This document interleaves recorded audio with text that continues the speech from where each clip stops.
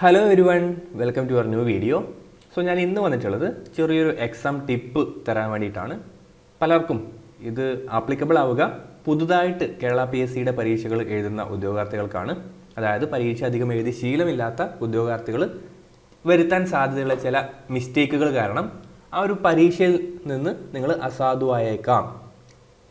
PSCയുടെ വാക്കിൽ പറയുകയാണെങ്കിൽ നിങ്ങൾ ഇൻവാലിഡേറ്റ് ആയേക്കാം. ഓക്കെ, നിങ്ങളൊരു പരീക്ഷ എഴുതാൻ വേണ്ടി പോകുന്നു.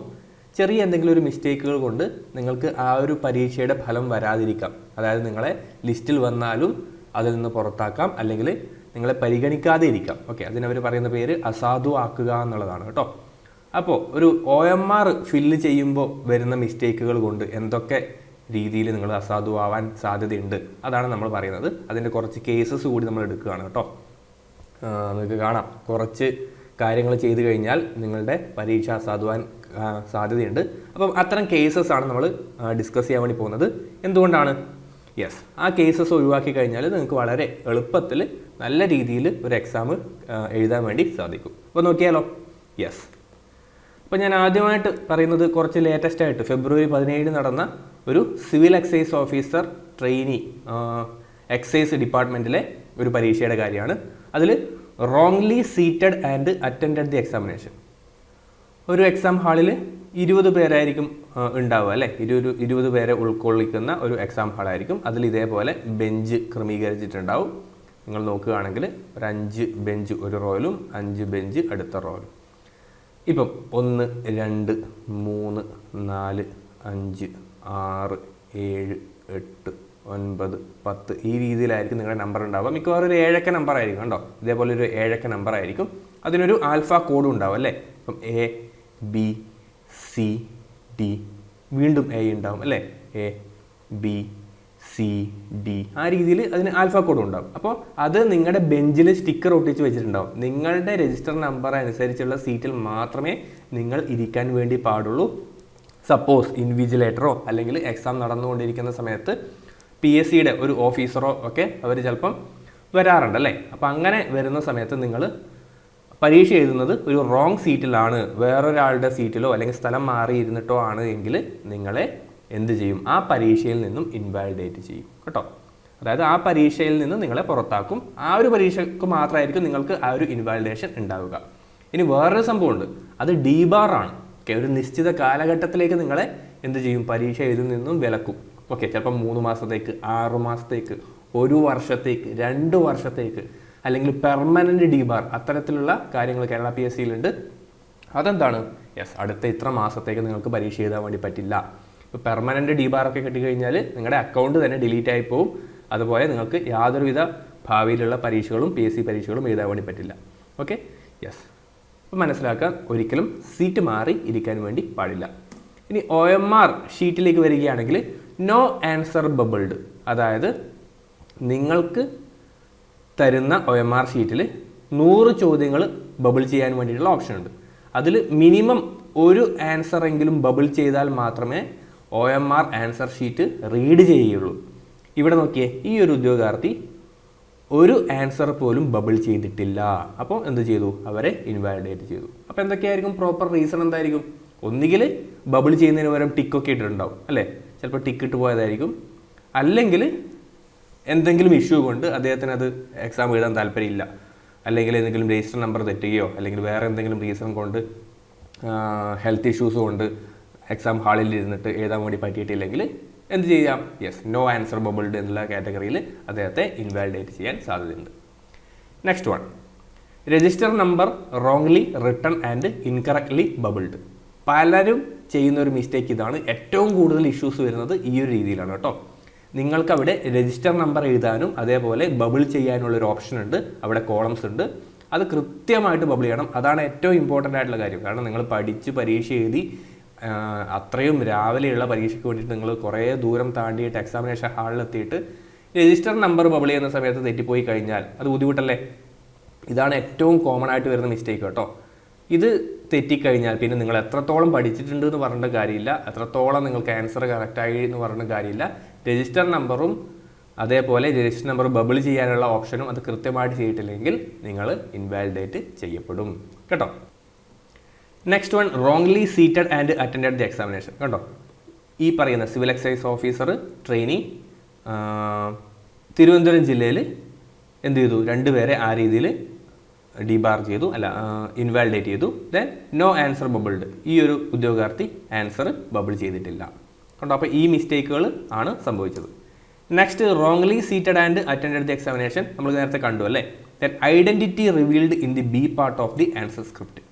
അതായത് നമുക്ക് ഒരു ആൻസർ ഷീറ്റിൽ എ പാർട്ടും ബി പാർട്ടും ഉണ്ട്, ഞാൻ കാണിച്ചു തരാൻ പേടിക്കണ്ട. ആ ബി പാർട്ടിൽ നമ്മുടെ ഐഡൻറ്റിറ്റി റിവീൽ ചെയ്യുന്ന രീതിയിലുള്ള ഒരു കാര്യവും ചെയ്യാൻ വേണ്ടി പാടില്ല എന്നാണ്. നമുക്ക് ആൻസേഴ്സ് മാർക്ക് ചെയ്യാൻ വേണ്ടി മാത്രമുള്ളതാണ് ബി പാർട്ട്. അവിടെ നിങ്ങളുടെ ഐഡൻറ്റിറ്റി റിവീൽ ചെയ്യുന്ന രീതിയിൽ പേരോ ഡേറ്റ് ഓഫ് ബർത്തോ അല്ലെങ്കിൽ സിഗ്നേച്ചറോ ഒന്നും തന്നെ ഇടാൻ വേണ്ടി പാടില്ല. അങ്ങനെ ചെയ്തു കഴിഞ്ഞാൽ നിങ്ങൾ ഇൻവാലിഡേറ്റ് ചെയ്യപ്പെടും. ഇനി register number wrongly written and incorrectly bubbled. കണ്ടോ, ഇത്രയും പേര് 4 പേരോളം എന്ത് ചെയ്തു, രജിസ്റ്റർ നമ്പർ തെറ്റായിട്ട് രേഖപ്പെടുത്തിയിട്ടുണ്ടാവും, അല്ലെങ്കിൽ ഇൻകറക്റ്റായിട്ട് ബബിൾ ചെയ്തിട്ടുണ്ടാവും. Okay, yes. നെക്സ്റ്റ് പോവുകയാണെങ്കിൽ കമ്പ്യൂട്ടർ അസിസ്റ്റൻറ്റ് ഗ്രേഡ് 2, അതിൽ register number wrongly written and incorrectly bubbled. കണ്ടോ, 2 പേര്. Then register number wrongly written and incorrectly bubbled ഏതാണ്, woman fire and rescue officer. Next ഇതാ പമ്പ് ഓപ്പറേറ്റർ മെഡിക്കൽ എഡ്യൂക്കേഷൻ. നമ്മൾ സാധാരണ എഴുതുന്ന ഒരു പരീക്ഷയാണ് അല്ലേ. ഇപ്പം PWD അല്ലെങ്കിൽ വാട്ടർ അതോറിറ്റിയിലൊക്കെ പമ്പ് ഓപ്പറേറ്റർ ഉണ്ട്. അപ്പോൾ അത്തരത്തിലൊക്കെയുള്ള ഒരു പരീക്ഷയിൽ എന്ത് സംഭവിച്ചു, രജിസ്റ്റർ നമ്പർ റോങ് ആയിട്ട് എഴുതി അല്ലെങ്കിൽ ഇൻകറക്റ്റ് ആയിട്ട് ബബിൾ ചെയ്യപ്പെട്ടു. നെക്സ്റ്റ് വൺ ഇതാ ഹെൽത്ത് സർവീസിൽ electrician, register number wrongly written incorrectly bubbled. നിങ്ങൾ ആലോചിച്ച് നോക്കി, ഇത്തരത്തിൽ എന്തെങ്കിലും ഒരു ഇഷ്യൂ കൊണ്ട് നമ്മൾ പരീക്ഷ എഴുതുന്നതിന് മുമ്പ് തന്നെ നമ്മൾ ഇൻവാലിഡേറ്റ് ചെയ്യപ്പെട്ടു അല്ലേ. ഇനി എത്രത്തോളം ആ ഉദ്യോഗാർത്ഥിക്ക് അറിയാമെന്നുള്ളതിൽ എന്തെങ്കിലും കാര്യമുണ്ടോ, നിങ്ങൾ എത്രത്തോളം പഠിച്ചിട്ട് എത്ര മാസത്തെ എഫേർട്ടായിരിക്കും, അതിനൊക്കെ ഒരു റിസൾട്ട് ഇല്ലാതെ ആവുകയാണ് ചെയ്യുക.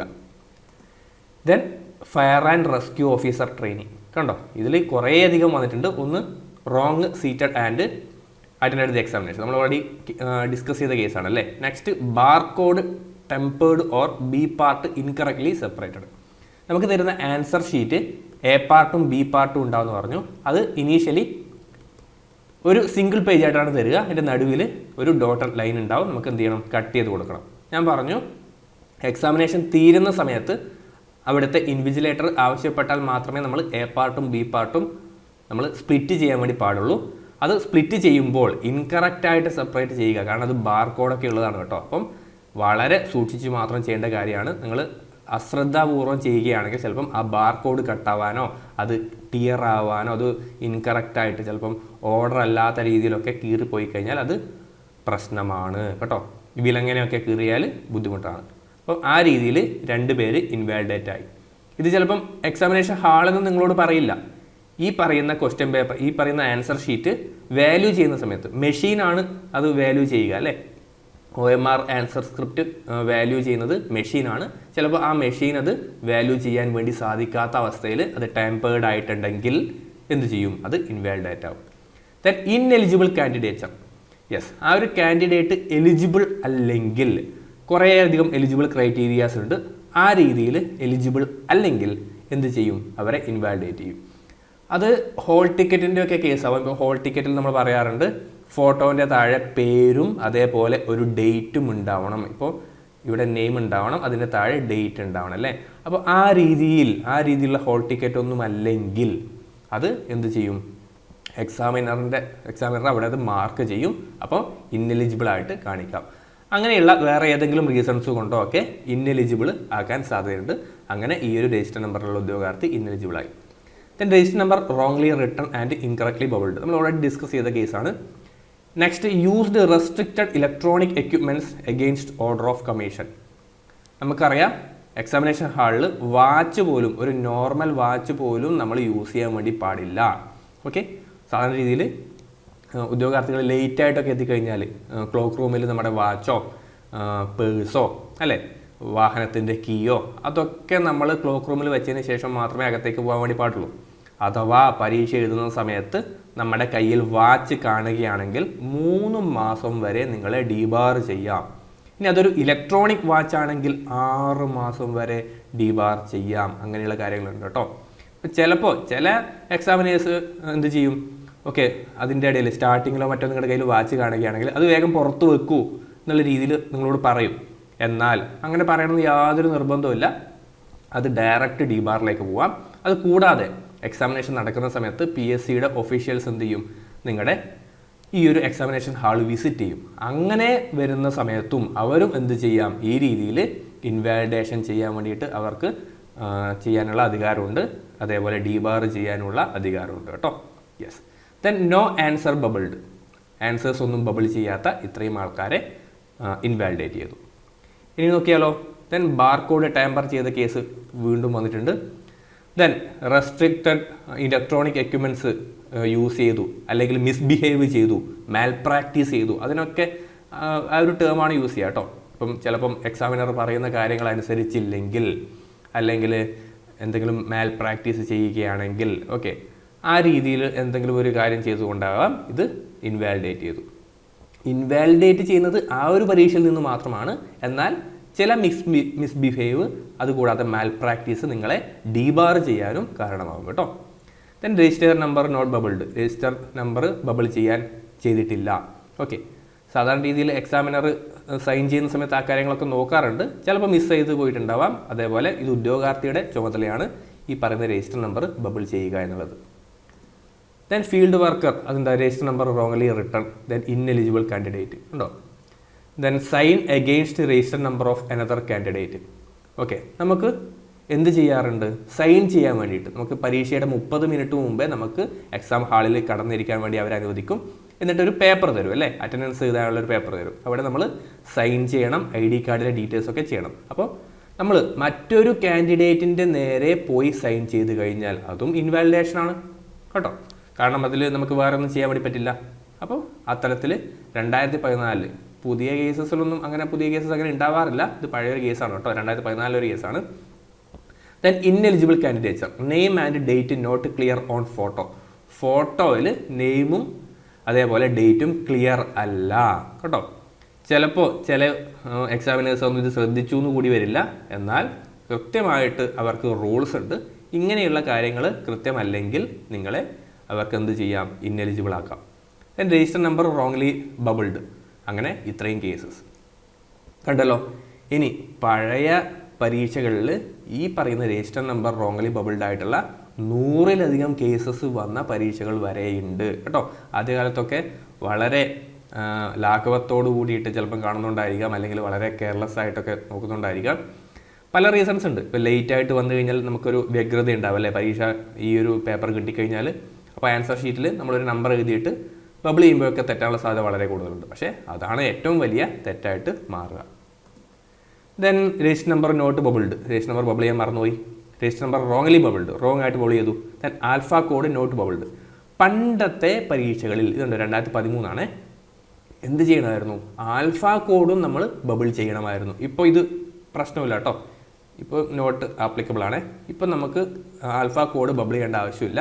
കാരണം ഓൾറെഡി ആൽഫ കോഡ് പ്രിൻ്റഡ് ആയിട്ടാണ് നമ്മുടെ OMR ഷീറ്റിൽ വരുന്നത്. അപ്പോൾ ആൽഫ കോഡ് മറന്നു പോവുക, ബബിൾ ചെയ്യാൻ മറന്നു പോവുക എന്ന് പറയുന്ന 100-ലധികം കേസസ് പണ്ട് വരാറുണ്ട്. അത് കുറേ പേജസിൽ വരുന്നതുകൊണ്ടാണ് ഞാനതിവിടെ ഇൻക്ലൂഡ് ചെയ്യുന്നത് കേട്ടോ. യെസ്.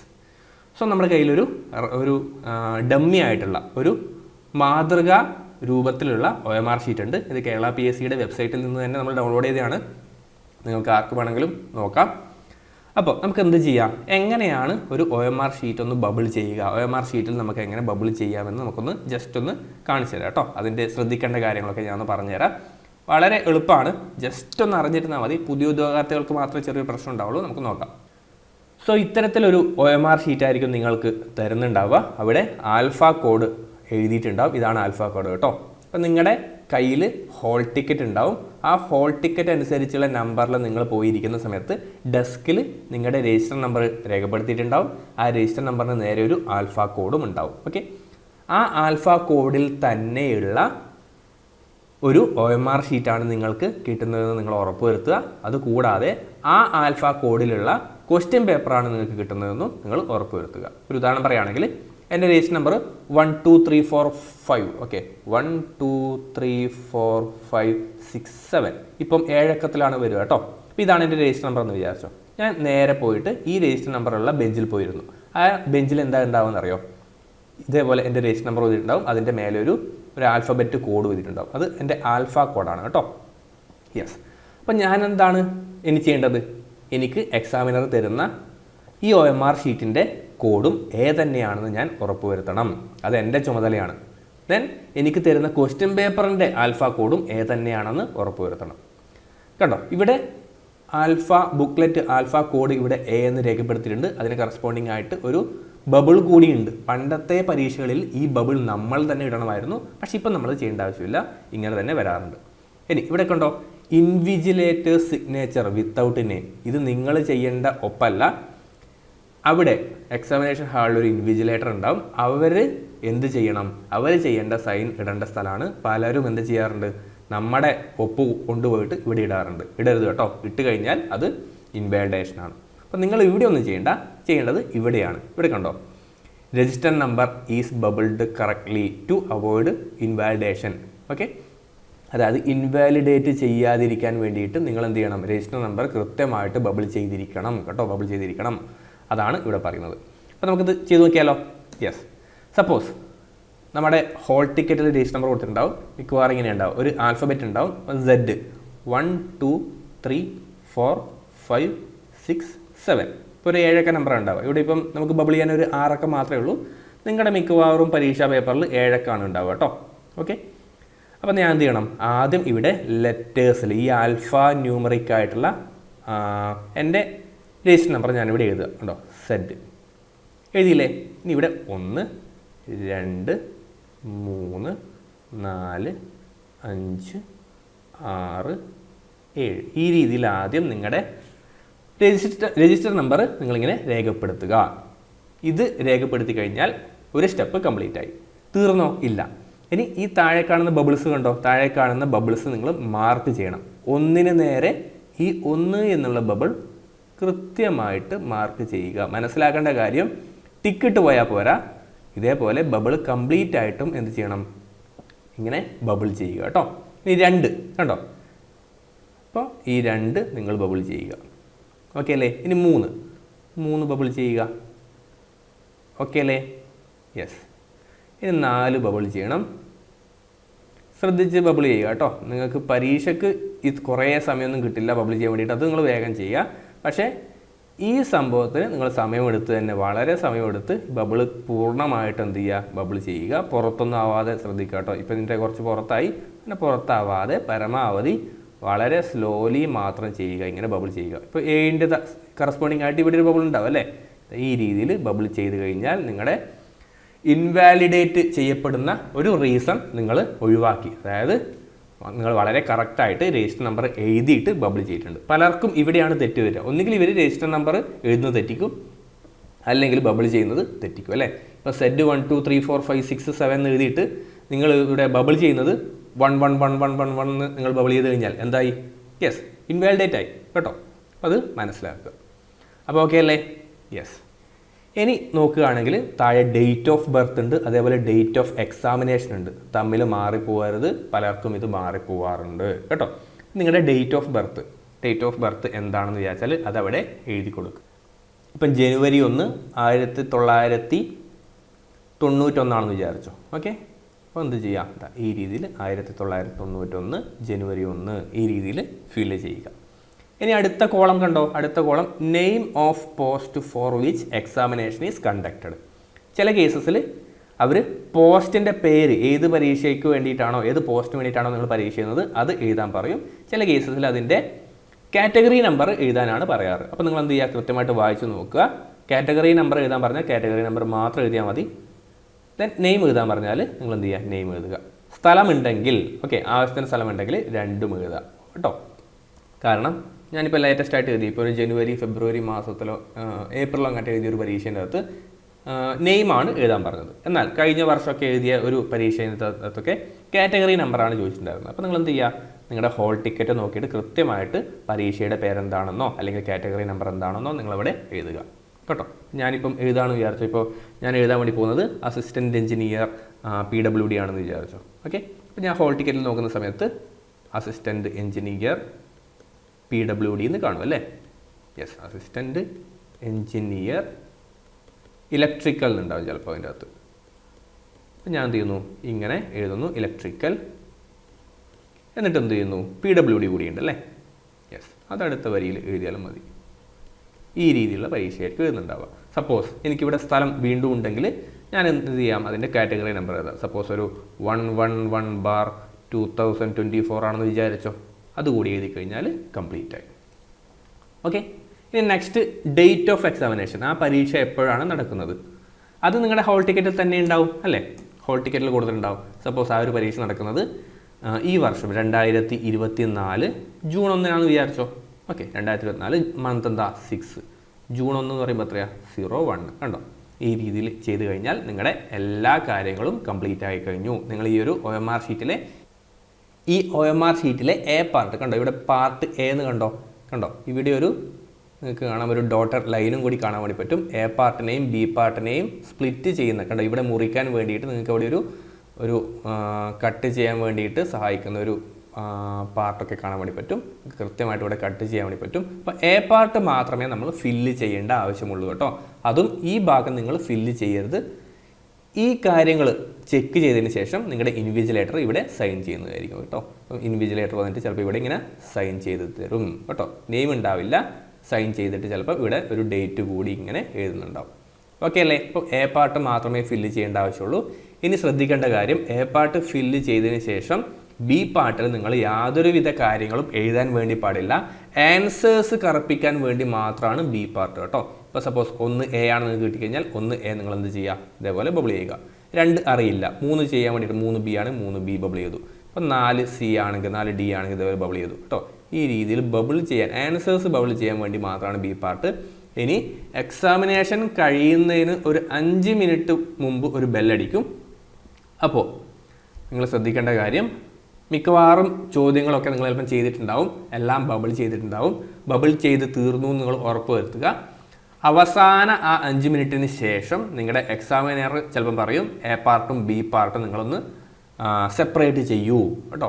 അങ്ങനെ പറഞ്ഞാൽ മാത്രമേ എ പാർട്ടും ബി പാർട്ടും സെപ്പറേറ്റ് ചെയ്യാൻ വേണ്ടി പാടുള്ളൂ. ആ സെപ്പറേറ്റ് ചെയ്യാൻ വേണ്ടിയിട്ട് ഇവിടെ ഒരു ഡോട്ടഡ് ലൈൻ ഉണ്ടാവും. അതിൽ കൂടി വളരെ ശ്രദ്ധാപൂർവം നിങ്ങൾ എന്ത് ചെയ്യണം, യെസ്, സെപ്പറേറ്റ് ചെയ്യുക. ശ്രദ്ധിക്കേണ്ട കാര്യം, ഇതൊക്കെ ബാർകോഡാണ്. നിങ്ങളുടെ ആൻസേഴ്സ് റീഡ് ചെയ്യുന്നത് OMR ബാർകോഡ് റീഡർ യൂസ് ചെയ്തിട്ടാണ് കണ്ടോ. അപ്പോൾ ഈ പറയുന്ന നിങ്ങൾ ബബിൾ ചെയ്ത ഈ ഒരു OMR ഷീറ്റ് കണ്ടോ, അത് മെഷീനാണ് റീഡ് ചെയ്യുക. അപ്പോൾ ഈ പറയുന്ന എല്ലാ കാര്യങ്ങളും ഇമ്പോർട്ടൻ്റ് ആണ്. നിങ്ങളിപ്പം കട്ട് ചെയ്യുന്ന സമയത്ത് ഇതിൻ്റെ കുറച്ച് ഭാഗങ്ങൾ പോയി എന്ന് വിചാരിച്ചു കേട്ടോ. ഈ ഭാഗത്തൊക്കെ കയറിയിട്ടാണ് കട്ട് ചെയ്യുന്നതെങ്കിൽ അത് ബുദ്ധിമുട്ടാവും. ചിലപ്പം ഇൻവാലിഡേറ്റ് ചെയ്യാൻ നിങ്ങളെ അത് കാരണമാവുന്നുണ്ട്. വളരെ ശ്രദ്ധാപൂർവം ഇതിനെന്ത് ചെയ്യാം, വളരെ സോഫ്റ്റായിട്ട് മടക്കുക, പതുക്കെ ഒന്ന് കട്ട് ചെയ്യുക കേട്ടോ. കണ്ടോ, ഇവിടെ മുറിക്കുക എന്നുണ്ടോ, അത് എക്സാമിനർ പറഞ്ഞ ശേഷം മാത്രമേ ചെയ്യാൻ വേണ്ടി പാടുള്ളൂ. ഓക്കെ അല്ലേ. ഇത്രയും കാര്യങ്ങൾ ചെയ്തു കഴിഞ്ഞാൽ നിങ്ങളുടെ OMR ഷീറ്റ് വളരെ ഭംഗിയായിട്ട് നിങ്ങൾ ഫില്ല് ചെയ്ത് കഴിഞ്ഞു. ഇനി ഈ OMR ഷീറ്റിൻ്റെ പുറകിലും അതേപോലെ ക്വസ്റ്റ്യൻ പേപ്പറിൻ്റെ പുറകിലും ഒക്കെ ആവശ്യത്തിൽ കൂടുതൽ നിങ്ങൾക്ക് ഈ രീതിയിലുള്ള ഇൻസ്ട്രക്ഷൻസ് കാണാൻ വേണ്ടി സാധിക്കും. ഇനി നിങ്ങളുടെ ഹോൾ ടിക്കറ്റിൻ്റെ പുറകിലും നിങ്ങൾക്ക് ഇൻസ്ട്രക്ഷൻസ് കാണാൻ വേണ്ടി സാധിക്കും. പക്ഷേ മിക്കവാറും ആൾക്കാരൊന്നും അതൊന്നും ശ്രദ്ധിച്ചിട്ടൊന്നല്ല പോവുക. ഓക്കെ, ഈ ഹോൾ ടിക്കറ്റ് പ്രിൻ്റ് എടുക്കും, ജസ്റ്റ് ഒന്ന് വായിച്ചിട്ട് പോവും, വായിക്കുകയെന്നേ ചെയ്യില്ല മിക്കവാറും ആൾക്കാർ. അപ്പോൾ ഇതിൽ നിങ്ങൾ ശ്രദ്ധിക്കേണ്ട കുറച്ച് കാര്യങ്ങൾ കൂടി ഞാൻ പറഞ്ഞുതരാം. അതെന്താണ്, ഇലക്ട്രോണിക് സാങ്കേതിക വിദ്യ ഉപയോഗിച്ച് മൂല്യനിർണ്ണയം നടത്തുന്നതിനാൽ ഉത്തരക്കടലാസുകൾ അസാധുവാകാതിരിക്കാൻ താഴെ പറയുന്ന നിർദ്ദേശങ്ങൾ പൂർണ്ണമായും പാലിക്കുക. കണ്ടോ, ഉത്തരക്കടലാസിലെ രേഖപ്പെടുത്തലുകൾക്ക് നീലയോ കറുപ്പോ നിറത്തിലുള്ള ബോൾ പോയിന്റ് പേന മാത്രമേ ഉപയോഗിക്കാവൂ. കണ്ടോ, നിങ്ങൾ ഒരിക്കലും ഇങ്ക് പേനകൾ അല്ലെങ്കിൽ ജെൽ പേനകൾ യൂസ് ചെയ്യാൻ വേണ്ടി പാടില്ല. കാരണം അത് ചിലപ്പോൾ നിങ്ങൾ ആൻസർ ചെയ്യുന്ന സമയത്ത് ഇങ്ക് സ്പ്രെഡ് ആവാനോ ബാക്കിയുള്ള ബബിൾസിലൊക്കെ ഇഷ്യൂ ഉണ്ടാകാൻ സാധ്യതയുണ്ട്. അതേപോലെ ഈ പറയുന്ന OMR ഷീറ്റുകൾ റീഡ് ചെയ്യുന്നത് മെഷീൻസ് ആണ് അല്ലെ, ഡിജിറ്റൽ മെഷീൻസ് വെച്ചിട്ടാണ്. അത് പ്രശ്നമുണ്ടാവാൻ സാധ്യതയുണ്ട്. അതുകൊണ്ട് ബോൾ പോയിന്റ് പേന നീല മഷിയോ കറുത്ത മഷിയോ മാത്രമേ യൂസ് ചെയ്യാൻ വേണ്ടി പാടുള്ളൂ. ഇനി ഉത്തരക്കടലാസിൽ യഥാസ്ഥാനങ്ങളിലല്ലാതെ എഴുതുകയോ അടയാളങ്ങൾ രേഖപ്പെടുത്തുകയോ ചെയ്യരുത്. അപ്പോൾ എന്ത് ചെയ്യും, നിങ്ങളെ ഇൻവാലിഡേറ്റ് ചെയ്യും. രജിസ്റ്റർ നമ്പർ രേഖപ്പെടുത്തുന്നതിനുള്ള കുമിളുകൾ കൃത്യമായും പൂർണ്ണമായും കറുപ്പിച്ചിട്ടുണ്ടെന്ന് ഉറപ്പുവരുത്തുക.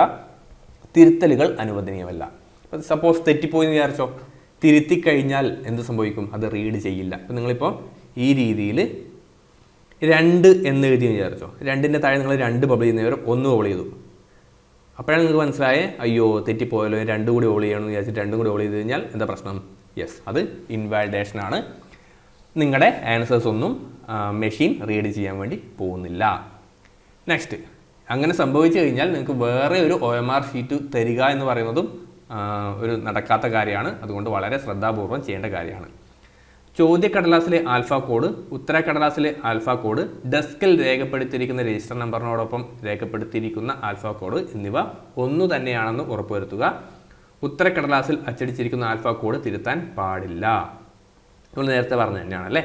ഇനി ഓരോ ചോദ്യത്തിനും ഒരു ശരിയുത്തരം മാത്രമേ ഉണ്ടായിരിക്കുകയുള്ളൂ. അതിന് പ്രകാരമുള്ള കുമിള മാത്രം കറുപ്പിക്കുക. ഒരു ചോദ്യത്തിന് ഒന്നിലേറെ കുമിളകൾ കറുപ്പിക്കുന്നത് ലഭിച്ചിരിക്കുന്ന മാർക്ക് കുറയാൻ ഇടയാക്കും. അതായത് ഒന്നാമത്തെ ചോദ്യത്തിന് നിങ്ങൾക്ക് കിട്ടുന്ന ആൻസർ ഇപ്പം ബി ആണെന്ന് വിചാരിച്ചോ. നിങ്ങൾ ബിയും സിയും കറുപ്പിച്ച് കഴിഞ്ഞാൽ എന്ത് സംഭവിക്കും? യെസ്, അത് നെഗറ്റീവ് മാർക്കിംഗ് ആണ് ഉണ്ടാക്കുക കേട്ടോ. നെഗറ്റീവ് മാർക്കിംഗ് ആണ് ഉണ്ടാക്കുക. ഇപ്പം സപ്പോസ് ബിയോ സിയോ അതിലേതെങ്കിലും ഒന്ന് ശരിയാണെങ്കിൽ കൂടിയും കാര്യമില്ല, അത് നെഗറ്റീവ് മാർക്കാണ് ഉണ്ടാക്കുക. നെക്സ്റ്റ്, ഓരോ ശരി ഉത്തരത്തിനും ഓരോ മാർക്ക് വീതം ലഭിക്കും. തെറ്റായ ഓരോ ഉത്തരത്തിനും 1/3 മാർക്ക് കുറക്കും. ഓക്കെ, അത് നിങ്ങൾക്ക് അറിയാവുന്ന കാര്യമാണ്. നെക്സ്റ്റ്, ഉദ്യോഗാർത്ഥികൾ പരീക്ഷയുടെ അവസാനം മാത്രമേ ഉത്തരക്കടലാസിലെ AB ഭാഗങ്ങൾ വേർപെടുത്തുവാൻ പാടുള്ളൂ. വെട്ടിട്ടിരിക്കുന്ന സ്ഥലത്ത് നിന്ന് 2 ഭാഗത്തും ബാർകോഡ് തുല്യമായി വരത്തക്ക വിധത്തിലായിരിക്കണം വേർപെടുത്താൻ. 2 ഭാഗങ്ങളും ഇൻവിജിലേറ്ററെ ഏൽപ്പിച്ച ശേഷമേ പരീക്ഷാ ഹാൾ വിട്ടുപോകാൻ പാടുള്ളൂ. ഞാൻ പറഞ്ഞു അവിടെ ഒരു ഡോട്ടഡ് ലൈൻ ഉണ്ട്, അവിടെ ഒരു ഫിസിക്കലായിട്ടുള്ള ഡോട്ട് കൂടിയുണ്ട്. നിങ്ങൾക്ക് കൃത്യമായിട്ട് വളരെ എളുപ്പത്തിൽ കട്ട് ചെയ്യാൻ വേണ്ടിയിട്ട് അവിടെ ഡോട്ട്സ് കൂടിയുണ്ട്. അപ്പോൾ പരീക്ഷ തീരുന്ന സമയത്ത് ഇൻവിജിലേറ്റർ നിങ്ങളോട് പറയും AB ഭാഗങ്ങൾ വേർപെടുത്തു എന്ന് പറയും. അങ്ങനെ പറഞ്ഞാൽ മാത്രമേ വേർപെടുത്താൻ വേണ്ടി പാടുള്ളൂ കേട്ടോ. നെക്സ്റ്റ്, അടുത്തത് ഇമ്പോർട്ടൻ്റ് ആണ്. താഴെ ചേർത്തിരിക്കുന്ന വിധത്തിൽ ശരിയായ കറുപ്പിച്ച ഉത്തരങ്ങൾക്ക് മാത്രമേ സ്കാനറുകൾ മാർക്ക് നൽകുകയുള്ളൂ. മറ്റ് രീതിയിൽ കുമിളകൾ കറുപ്പിക്കുന്നത് മാർക്ക് കുറയുവാൻ ഇടവരുത്തും. അപ്പോൾ ശരിയായിട്ട് എങ്ങനെ കറുപ്പിക്കണ്ടേ? സപ്പോസ് A ആണ് നിങ്ങളുടെ ഓപ്ഷനെങ്കിൽ ഈ രീതിയിൽ കുമിള മുഴുവനായിട്ടും കറുപ്പിക്കുക. ടിക്കിട്ട് കഴിഞ്ഞാൽ എന്താണ്? അത് നെഗറ്റീവ് ആയിട്ട് വരും. അത് റീഡ് ചെയ്യില്ല എന്നല്ല, അത് നെഗറ്റീവായിട്ടാണ് വരിക കേട്ടോ. മാർക്ക് നെഗറ്റീവായിട്ട് വരികയാണ് ചെയ്യുക. ഇതേപോലെ എക്സ് മാർക്ക് ഇടാൻ വേണ്ടി പാടില്ല, ഡോട്ട് ഇടാൻ വേണ്ടി പാടില്ല, ലൈൻ ഇടാൻ വേണ്ടി പാടില്ല. പാർഷ്യൽ മാർക്ക് നിങ്ങളിപ്പോൾ ഒരു ഇൻകംപ്ലീറ്റ് ആയിട്ട് മാർക്ക് ചെയ്താലും അത് നെഗറ്റീവായിട്ടാണ് വരിക കണ്ടോ. ദെൻ പുറത്തേക്ക് പോയാലോ അതും എന്താണ്? നെഗറ്റീവാണ് വരിക. മൾട്ടിപ്പിൾ മാർക്ക് വന്നാലോ നെഗറ്റീവാണ് വരിക. സപ്പോസ് നിങ്ങൾ ചിലപ്പം ഇൻകറക്റ്റായിട്ട് ഇപ്പം എയുടെ ആൻസർ നിങ്ങൾക്ക് ഇപ്പോൾ ഒരു 10ാമത്തെ ചോദ്യത്തിൻ്റെ ഉത്തരം നിങ്ങൾക്ക് A എന്ന് കിട്ടിയെന്ന് വിചാരിച്ചു. നിങ്ങൾ എന്ത് ചെയ്തു? A മാർക്ക് ചെയ്തു. പിന്നെയാണ് നിങ്ങൾ മനസ്സിലാക്കിയത് ചേട്ടാ B ആണല്ലോ, B കൂടി മാർക്ക് ചെയ്തേക്കാം. എന്ത് സംഭവിക്കും? നിങ്ങൾക്ക് ഈ ഒരു 10ാമത്തെ ചോദ്യത്തിന് നെഗറ്റീവാണ് വരിക കേട്ടോ. അപ്പോൾ അത് മനസ്സിലാക്കുക. നെക്സ്റ്റ്, ഉദ്യോഗാർത്ഥികൾ ഒരു ചോദ്യത്തിനെങ്കിലും ഉത്തരം അടയാളപ്പെടുത്തേണ്ടതാണ്. ഉത്തരങ്ങളൊന്നും അടയാളപ്പെടുത്തിയിട്ടില്ലാത്ത ഉത്തരക്കടലാസ് അസാധുവാക്കും. അപ്പോൾ നമ്മൾ നേരത്തെ പറഞ്ഞു അല്ലേ, മിനിമം ഒരു ചോദ്യത്തിനെങ്കിലും ബബിൾ ചെയ്യണം, അല്ലെങ്കിൽ അത് റീഡ് ചെയ്യില്ല, അത് ഇൻവാലിഡേറ്റ് ചെയ്യുകയാണ് ചെയ്യുക. ഓക്കെ അല്ലേ? സോ ഇത്തരം കാര്യങ്ങൾ അറിഞ്ഞിരുന്നാൽ നിങ്ങൾക്ക് വളരെ എളുപ്പത്തിൽ ഒരു OMR ഷീറ്റ് ഫില്ല് ചെയ്യാൻ വേണ്ടി സാധിക്കും. ഇൻവാലിഡേറ്റ് ആവാനുള്ള സാധ്യത പരമാവധി കുറയ്ക്കാൻ വേണ്ടി സാധിക്കും. അപ്പോൾ ഓക്കെ അല്ലേ? യെസ്, മിക്കവാറും ഇത് പുതുതായിട്ട് പരീക്ഷ എഴുതാൻ വേണ്ടി പോകുന്ന ഉദ്യോഗാർത്ഥികൾക്കായിരിക്കും ആവശ്യമായിട്ട് വരിക. ബാക്കിയുള്ളവർ ജസ്റ്റ് ഒന്ന് അറിഞ്ഞിരിക്കുക. ഇനി ഇപ്പം നമ്മൾ പറഞ്ഞത് ഇൻവാലിഡേഷനെ കുറിച്ച് മാത്രമാണല്ലേ. ഇനി DBAR എന്ന് പറഞ്ഞൊരു പ്രവർത്തനമുണ്ട്. നിശ്ചിത കാലഘട്ടത്തിലേക്ക് നിങ്ങളെ DBAR ചെയ്യാൻ വേണ്ടിയിട്ട് ചെറിയ കാരണങ്ങൾ പോലും മതി. നിങ്ങൾ വളരെ ചെറിയ കാര്യമാണെന്ന് വിശ്വസിക്കുന്ന പല കാര്യങ്ങളും നിങ്ങളെ DBAR ചെയ്യാൻ കാരണമായേക്കാം. ഞാൻ നേരത്തെ പറഞ്ഞ പോലെ വാച്ച് സപ്പോസ് അബദ്ധവശാൽ നിങ്ങളുടെ കയ്യിൽ ഉണ്ടെങ്കിൽ അത് നിശ്ചിത കാലത്തേക്ക് നിങ്ങളെ DBAR ചെയ്യാൻ കാരണമാവും. ദെൻ പരീക്ഷ കഴിഞ്ഞിട്ടും നിങ്ങൾ എന്ത് ചെയ്യുന്നു? ചേട്ടാ എൻ്റെ ആൻസേഴ്സ് ഞാൻ കറുപ്പിക്കാൻ മറന്നുപോയി, ഞാൻ എൻ്റെ ക്വസ്റ്റ്യൻ പേപ്പറിൽ മാർക്ക് ചെയ്തിട്ടുണ്ട്, ആൻസർ കറുപ്പിക്കാൻ മറന്നുപോയി, എനിക്കൊരു 2 മിനിറ്റ് കൂടി തരുമോ എന്നുള്ള രീതിയിൽ നിങ്ങൾ പരീക്ഷ കഴിഞ്ഞിട്ടും അതിൻ്റെ ആൻസർ ഷീറ്റ് കൊടുത്തില്ലെങ്കിൽ അത് DBARന് കാരണമാവും. അതേപോലെ വളരെ ചെറിയ കാര്യങ്ങൾ തുടങ്ങി വളരെ സിവിയർ ആയിട്ടുള്ള മാൽ പ്രാക്ടീസസ് കൊണ്ടുവരെ നിങ്ങൾക്ക് DBAR സംഭവിച്ചേക്കാം. അപ്പോൾ അത്തരം കാര്യങ്ങൾ നിങ്ങൾക്ക് ആവശ്യമാണെങ്കിൽ, അത്തരം കാര്യങ്ങളെക്കുറിച്ച് അറിയണമെങ്കിൽ നിങ്ങൾ എന്ത് ചെയ്താൽ താഴെ കമൻറ്റ് ചെയ്യുക. കുറേ പേര് കമൻറ്റ് ചെയ്യുകയാണെങ്കിൽ നമുക്ക് എന്ത് ചെയ്യാം, അതിനെക്കുറിച്ചൊരു ഡീറ്റെയിൽ ആയിട്ടുള്ള വീഡിയോ ചെയ്യാം കേട്ടോ. എന്തൊക്കെ കാര്യങ്ങൾ ചെയ്താൽ DBARന് സാധ്യതയുണ്ട്, ദെൻ DBAR എത്ര കാലത്തോളം ഉണ്ടാവും, അത്തരം കാര്യങ്ങൾ അടങ്ങിയിട്ടുള്ളൊരു വീഡിയോ വേണമെങ്കിൽ നിങ്ങളൊന്ന് കമൻറ്റ് ചെയ്താൽ നമുക്ക് എന്ത് ചെയ്യാം, അടുത്ത ഒരു വീഡിയോ ആയിട്ട് സെപ്പറേറ്റ് ആയിട്ട് ചെയ്യാം. സോ വീഡിയോ ഇഷ്ടമായാൽ ലൈക്ക് ചെയ്യുക, ഷെയർ ചെയ്യുക, കമൻറ്റ് ചെയ്യുക. ആദ്യമായിട്ട് കാണുന്നവരാണെങ്കിൽ സബ്സ്ക്രൈബ് ചെയ്യുക. ഓക്കെ, കേരള PSC പരീക്ഷ എഴുതുന്ന നിങ്ങളുടെ സുഹൃത്തുക്കൾക്ക്, നിങ്ങളുടെ റിലേറ്റീവ്സിന് നിങ്ങൾ എന്ത് ചെയ്യുക, ഈ ഒരു വീഡിയോ ഒന്ന് അയച്ചു കൊടുക്കുക. അപ്പോൾ നമുക്ക് മറ്റൊരു വീഡിയോ ആയിട്ട് കാണാം. താങ്ക്